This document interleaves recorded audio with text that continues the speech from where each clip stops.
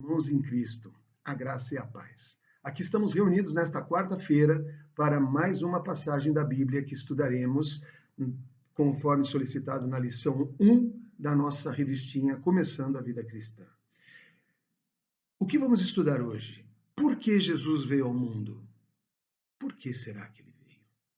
Ele é Deus, ele era Deus, ele sempre será Deus. Para que ele precisava vir para cá? É isso que vamos entender hoje, certo? E, para tanto, vamos ler Hebreus, capítulo 2, versos de 9 a 18. Considerando que é um trecho bastante longo, eu vou pedir a vocês que agora deem uma pausa no vídeo e o leiam nas suas Bíblias. Na sequência, continuemos com as explicações sobre esse trecho que foi solicitado. Bem, conforme podemos ver logo no verso 9, ele inicia dizendo: porém, vemos Jesus que foi feito um pouco menor do que os anjos. Um pouco menor do que os anjos? Será possível Deus na terra ser menor que alguém?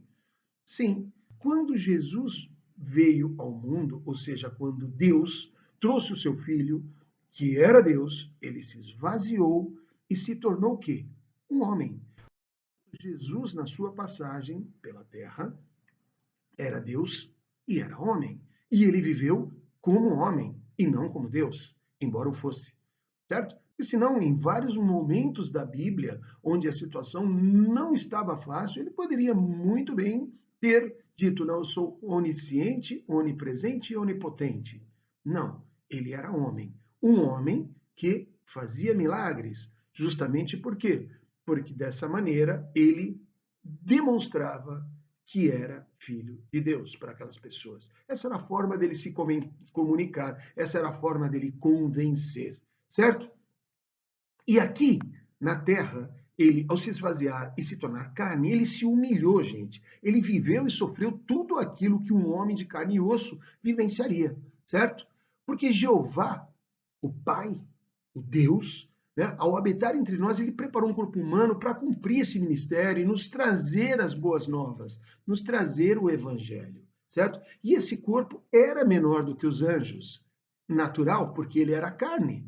Carne não poderia ser nem igual nem superior aos anjos. E enquanto ele carne foi, inferior aos anjos ele foi. Tanto que, se nós pegarmos a passagem de Lucas, capítulo 22, versículo 42, deixa eu ler aqui para vocês, dizendo: Pai, se tu quiseres, remove de mim este cálice, todavia não se faça a minha vontade, mas a tua. E no versículo seguinte, o 43, e apareceu-lhe um anjo dos céus, fortalecendo-o. Ora, naquele momento, no Getsemane, onde ele se afastou dos discípulos, dos apóstolos, e se pôs a orar ao Pai, como homem, ele chegou a pedir ao Pai: Pai, me afasta desse sofrimento. Isso se for a tua vontade. Caso contrário, que a tua vontade prevaleça. E assim o foi, certo? No entanto, um anjo apareceu para acalentar o seu coração. Certo? Então, entendam que essa questão de ser menor do que os anjos, ou um pouco menor do que os anjos, em absoluto ela é depreciativa. Ela simplesmente está aqui para nos mostrar que Jesus era homem durante a sua passagem aqui conosco. Certo? Então, gente, através dos sofrimentos de Jesus, através da sua morte, a sua ressurreição e a sua ascensão aos céus com o corpo glorificado para se sentar à destra, à direita do Pai, naquela glória que ele já tinha desde o início, porque, conforme nós vimos na semana passada, ou melhor, ontem, né? Deus é Deus e ele sempre existiu. Assim o vimos, né? No Evangelho segundo o apóstolo João, logo no início, no seu versículo primeiro, certo? E por que ele veio, gente? Por que ele veio para a Terra? Para nos salvar, certo? Ele veio para nos salvar. Através do seu sangue vertido no Calvário, ele nos redimiu. E a partir de então, nós podemos ver aqui no verso 10, porque convinha que aquele para quem são todas as coisas e por quem são todas as coisas, em trazer muitos filhos à glória, tornar o capitão da salvação deles perfeito através do sofrimento. Então, esse sofrimento, esse sangue vertido, foi justamente para se tornar o nosso capitão, o nosso líder. Vocês bem sabem que Adão, o primeiro homem a habitar a terra, foi o chefe da raça. Ele poderia ter feito a nossa raça, ele tinha o livre-arbítrio para nos manter na glória, assim como ele estava no Jardim do Éden. No entanto, ele optou por cair, ele optou por nos colocar nessa condição que nós temos desde o dia em que nascemos, ou seja, pecadores, certo? Então, ele era o chefe da raça. A partir de então, veio Jesus. Jesus volta a ser, passa a ser o novo chefe da raça, certo? Mas essa raça precisa crer nele, precisa colocá-lo como seu único Salvador para que possa fazer parte dos filhos de Deus e possamos colocar o nosso nome no livro da vida, certo? Para isso que ele veio. Vocês podem verificar que no Antigo Testamento, filhos de Deus não existem. Filhos de Deus são apenas os anjos e alguns seres sobrenaturais, seres humanos, né? Poderosíssimos, que são ungidos por Deus e considerados filhos dele, certo?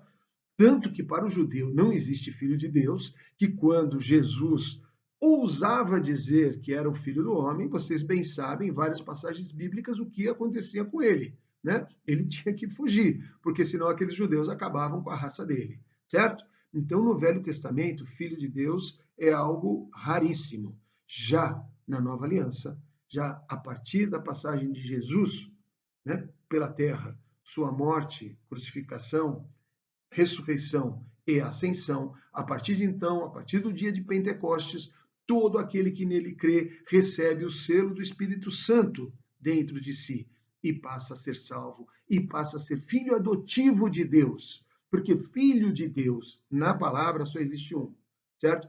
Que é Jesus. Todos os demais somos filhos de Deus, ou seja, fomos adotados por Deus.